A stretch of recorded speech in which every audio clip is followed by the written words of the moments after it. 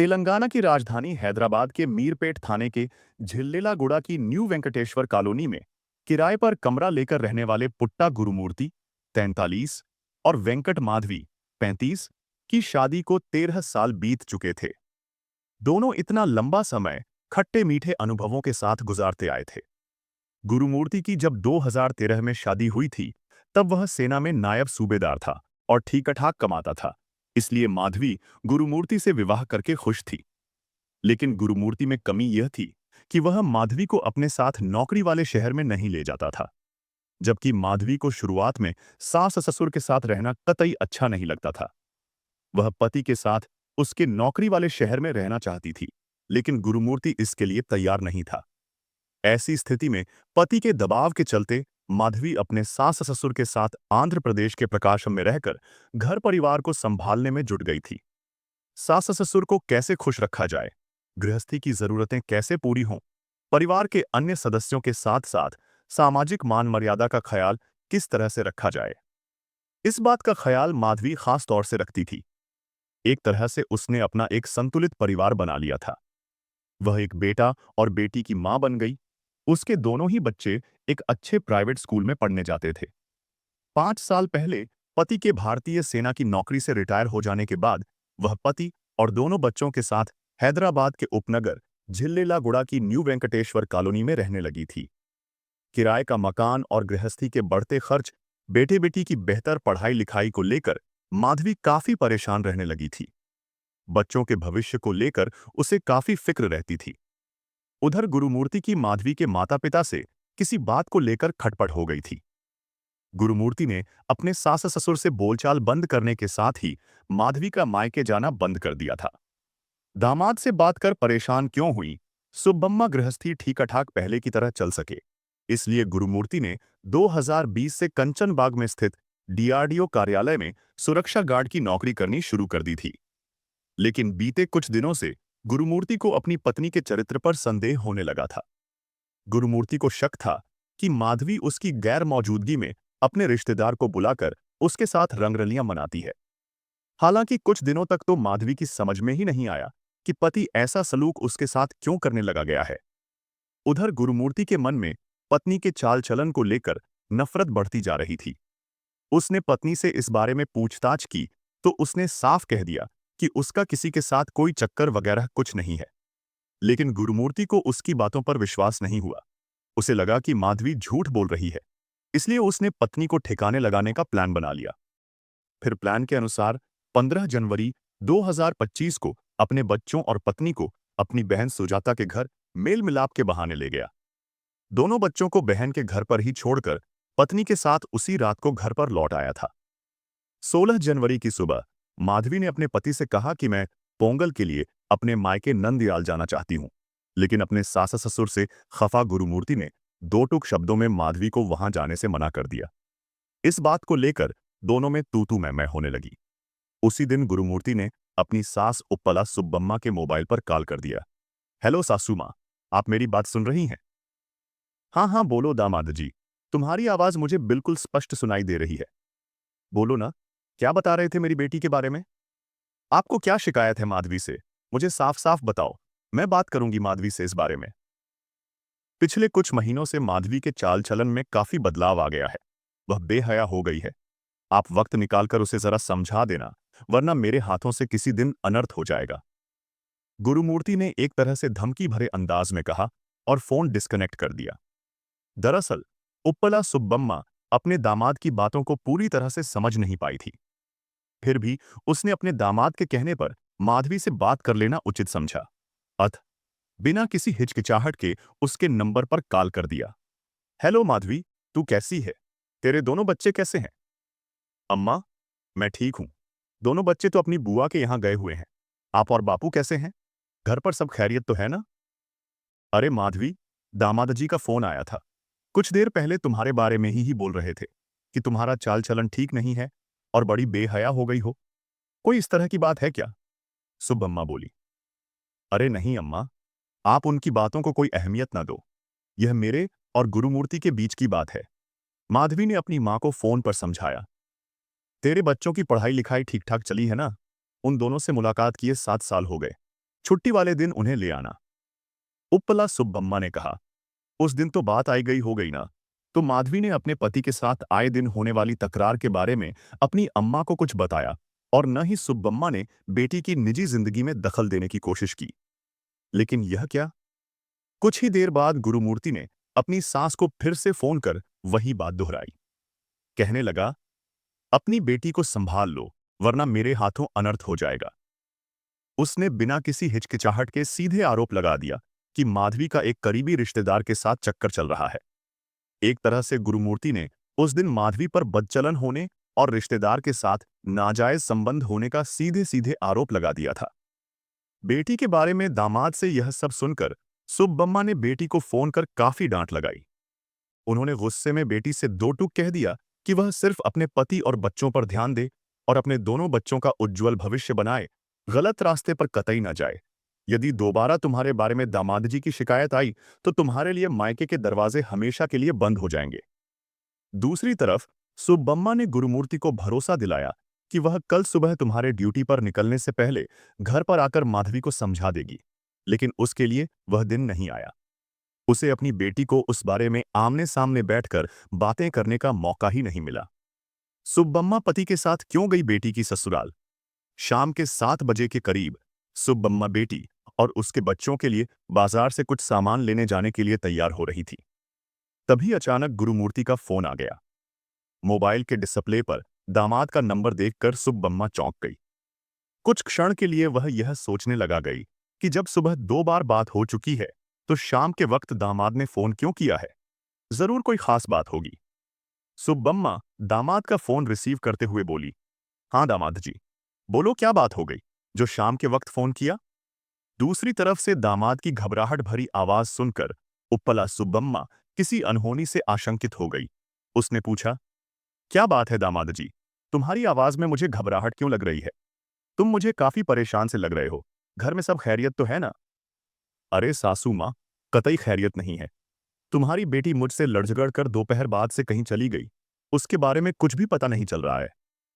इतना सुनते ही चौंकते हुए सुब्बम्मा ने गुरुमूर्ति से माधवी को लेकर तमाम सारे सवाल कर डाले। अरे, आप फोन पर ही मुझसे सवाल पर सवाल करके वक्त जाया करती रहोगी या फिर अपनी बेटी को ढूंढने का प्रयास भी करोगी?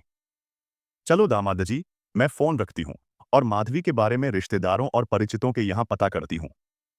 इसके बाद सुब्बम्मा ने बेटी के बारे में जानकारी लेने के लिए रिश्तेदारों से लेकर परिचितों को फोन लगाकर मालूमात की, लेकिन उसके बारे में कुछ भी पता नहीं चल सका। माधवी को गायब हुए 48 घंटे से अधिक का समय गुजर चुका था।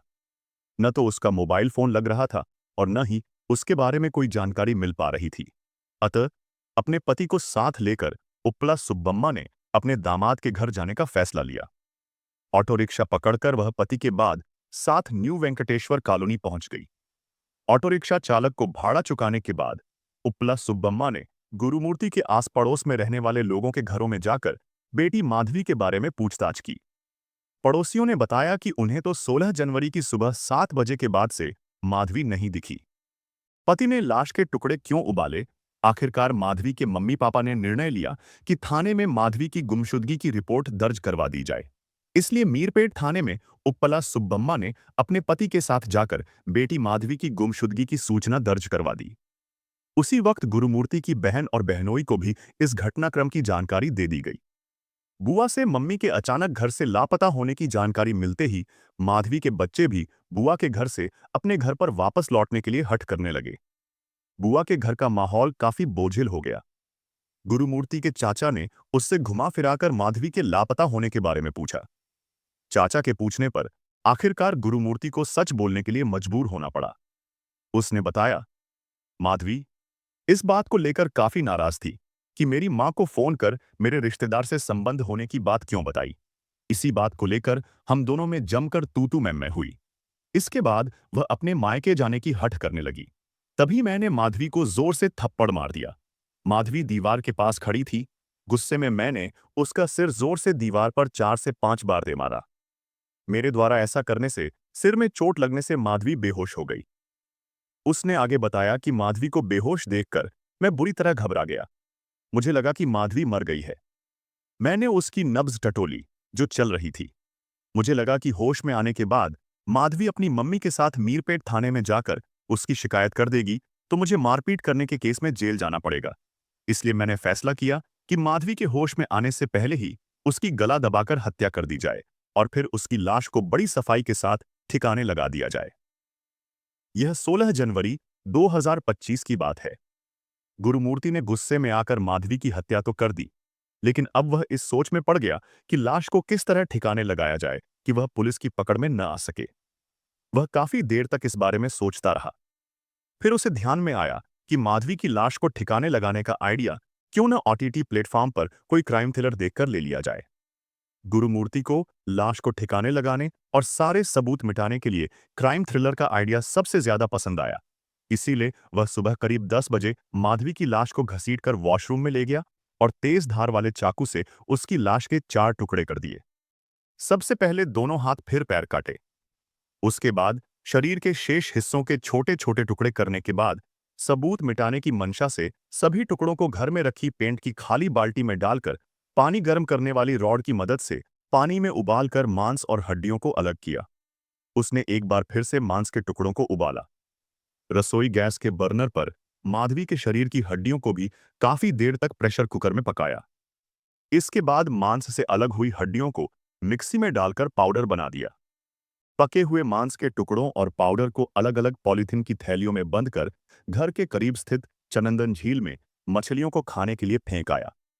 माधवी के शव के टुकड़ों को ठिकाने लगाने के बाद गुरुमूर्ति ने घर लौटकर बाथरूम, पेंट की खाली बाल्टी, चाकू, मिक्सी, इमर्सन रॉड और जमीन पर फैले खून को वॉशिंग पाउडर और फिनाइल डालकर अच्छी तरह रगड़ रगड़ कर साफ किया।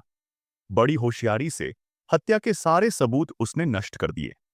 गुरुमूर्ति ने अपने चाचा के द्वारा माधवी के बारे में बार बार पूछने पर उन्हें माधवी की हत्या के बारे में सब कुछ बता दिया था। गुरुमूर्ति की बात सुनकर चाचा के पैरों तले जमीन खिसक गई। चाचा ने गुरुमूर्ति से कहा कि यह तुम क्या बक रहे हो। गुरुमूर्ति ने कहा कि चाचा, मेरी सहन शक्ति की सीमा खत्म हो गई तो मैंने माधवी को मौत के घाट उतार दिया। भतीजे के मुंह से माधवी की हत्या करने की बात सुनकर चाचा बुरी तरह घबरा गए। उन्हें लगा कि भतीजे के साथ पुलिस उन्हें बात छिपाने के आरोप में गिरफ्तार न कर ले। इसलिए चाचा ने बिना देरी किए मीरपेट थाने पहुंचकर उसकी हैवानियत के बारे में सब कुछ टीआई को बता दिया। उधर गुरुमूर्ति की सास थाने में अपनी बेटी माधवी की गुमशुदगी की सूचना दर्ज करा चुकी थी। इसलिए टीआई ने गुरुमूर्ति को हिरासत में लेकर पूछताछ की। गुरुमूर्ति को पता नहीं था कि उसके चाचा ने टीआई को उसके द्वारा माधवी की हत्या किए जाने और लाश ठिकाने लगाने की सूचना दे दी है। इसलिए वह तरह तरह की कहानियां बताकर पुलिस को उलझाता रहा। आखिरकार वह घुमावदार बातों में खुद उलझ गया तो उसने सच्चाई उगल दी। फिर उसने माधवी की हत्या करने की सारी कहानी पुलिस को बता दी। हत्या का गुनाह कबूल करने पर पुलिस ने गुरुमूर्ति को 28 जनवरी 2025 की सुबह विधिवत अपनी हिरासत में ले लिया। गुरुमूर्ति के इस कबूलनामे के आधार पर पुलिस ने भारतीय न्याय संहिता की धारा 103 के अंतर्गत हत्या, 238 के अंतर्गत अपराध के सबूत को गायब करना और 85 के अंतर्गत महिला के प्रति क्रूरता के तहत मामला दर्ज कर लिया है। चौंकाने वाली बात यह थी कि गुरुमूर्ति का जुर्म की दुनिया से कोई वास्ता नहीं था, लेकिन उसने पेशेवर हत्यारे को भी मात दे दी थी। उसने अपनी पत्नी की हत्या और सबूत मिटाने की योजना को बड़ी होशियारी से अंजाम दिया। राचकोंडा के पुलिस आयुक्त जी सुधीर बाबू का कहना है कि हत्या के इस मामले की गुत्थी को सुलझाने और इस मामले से जुड़े सभी सबूत जुटाने के लिए देश भर के सर्वश्रेष्ठ वैज्ञानिक और तकनीकी विशेषज्ञों की मदद ली गई थी। इसके लिए दिल्ली और गुजरात के फोरेंसिक विशेषज्ञों को घटनास्थल और चंदन झील का मौका मुआयना कराया था और उनके द्वारा सबूत इकट्ठे करने का भरसक प्रयास किया गया। इसी का परिणाम है कि पुलिस के हाथ चंदन झील के किनारे माधवी के शव के टुकड़ों में एक मांस का टुकड़ा बतौर सबूत हाथ लग गया। सबूत हाथ लगते ही पुलिस ने माधवी के मम्मी पापा का डीएनए लेकर चंदन झील से बरामद इंसान के मांस के टुकड़े का डीएनए टेस्ट करवाया। जांच के बाद दोनों का डीएनए मैच कर गया। कथा लिखे जाने तक पुलिस गुरुमूर्ति की निशानदेही पर घर के भीतर से हत्या के सबूत मिटाने में प्रयुक्त किया गया गैस बर्नर, पेंट की खाली बाल्टी, चाकू और पानी गर्म करने वाली रॉड, मिक्सी सहित खून से लथपथ कपड़ों को बरामद कर पुट्टा गुरुमूर्ति के घर को सील कर चुकी थी। उधर माधवी की हत्या के बाद से उसके माइनर बेटा बेटी को उनके नाना नानी अपने साथ ले गए। सनसनीखेज तरीके से पति द्वारा की गई हत्या हैदराबाद से लेकर समूचे भारत में चर्चा का विषय बन गई है। आम और खास लोग अब यह जानने को उत्सुक हैं कि कोर्ट गुरुमूर्ति को क्या दंड देता है। इस भयावह और दिल दहला देने वाली कहानी का अंत हमें यह सिखाता है कि अविश्वास, गुस्सा और पारिवारिक झगड़े किसी भी रिश्ते को बर्बाद कर सकते हैं। पुट्टा गुरुमूर्ति ने अपनी पत्नी माधवी की हत्या कर जो क्रूरता दिखाई, वह यह साबित करता है कि कभी-कभी इंसान अपनी गलतफहमियों और शक के कारण अपनी जिंदगी और अपनों को तबाह कर देता है। लेकिन अंततः न्याय की प्रक्रिया ने सच्चाई को सामने लाया और अपराधी को सजा दिलवाने में मदद की। यह कहानी हमें यह याद दिलाती है कि रिश्तों में विश्वास और समझदारी बेहद जरूरी है और किसी भी परिस्थिति में हिंसा या अत्याचार को कभी नहीं बढ़ावा देना चाहिए।